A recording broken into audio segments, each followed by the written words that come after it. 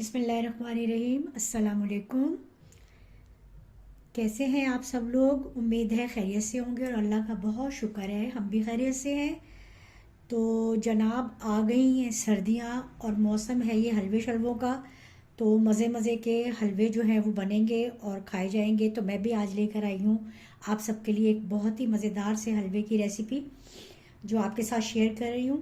और सबसे पहले मेरी रिक्वेस्ट है रेसिपी स्टार्ट करने से पहले कि आप सब मेरे जो भी देखने वाले हैं, नए आने वाले हैं, वो सब जो है वो मेरे चैनल को जल्दी से करें सब्सक्राइब सबसे पहले, और फिर इस वीडियो को लास्ट तक देखें और करें ज़रूर शेयर एक दूसरे के साथ, फ्रेंड्स के साथ, अपनों के साथ, और लाइक तो ज़रूर दीजिएगा।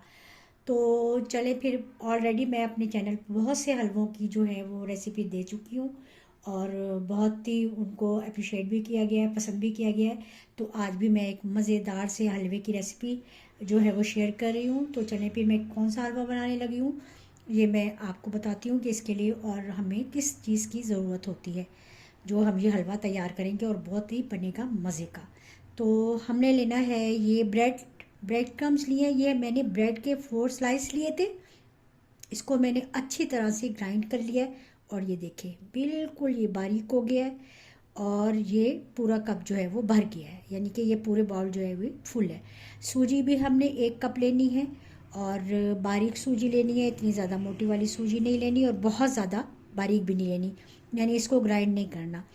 घी लेना है हमने 1 कप, लेकिन ये मैंने चूँकि ये फ्रीज़ था इसलिए मैंने इतना ले लिया है। मुझे यूज़ में जितना आएगा मैं इसको इस्तेमाल करूँगी और बाकी जो है वो अगर ज़्यादा लगा तो नहीं यूज़ करूँगी।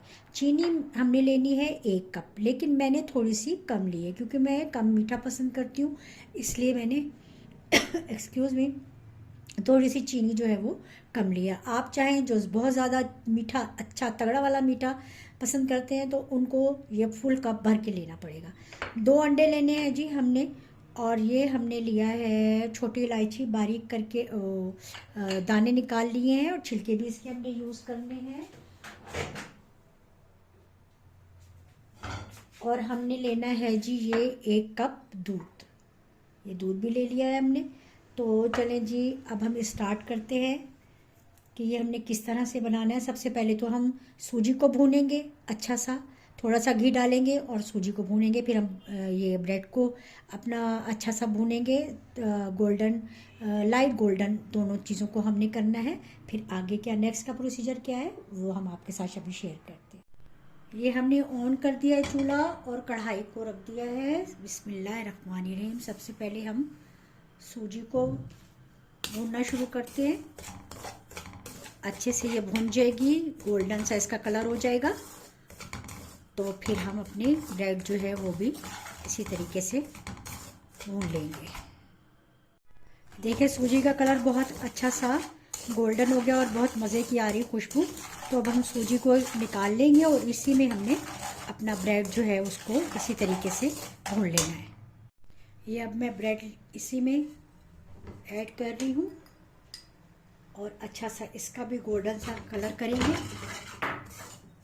हल्की हल्की आंच पे हमने भूनना है, बहुत ज़्यादा तेज़ आंच नहीं करनी क्योंकि ये बहुत जल्दी से जल जाते हैं। आहिस्ता आहिस्ता से इसको भी इसी तरीके से भून लेना है। ये देखिए ब्रेड का कलर भी बहुत अच्छा सा गोल्डन हो गया है। बस अब हम इसको भी निकाल लेंगे। अब हमने इसमें घी ऐड करना है, ये हाफ घी मैंने इसमें ऐड किया है। इसको मेल्ट कर लेना है, थोड़ा सा हम चूल्हा कर देंगे तेज़ ताकि घी हमारा जल्दी से हो जाए मेल्ट। फिर हम इसमें इलायची ऐड करेंगे, इलायची कड़कड़ा के फिर दोनों चीज़ें जो है सूजी और ब्रेड क्रम्स जो है वो हम इसमें ऐड करके थोड़ा सा और उनको भूनेंगे। ये साथ साथ इलायची भी मैं इसमें ऐड कर रही हूँ।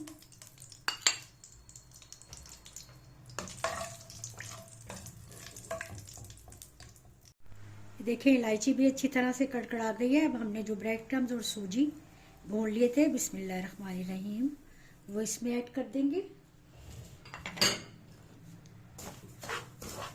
और अब हम इसको थोड़ा सा बिल्कुल हल्का हल्का, बिल्कुल हल्की आंच पर घी में भून लेंगे।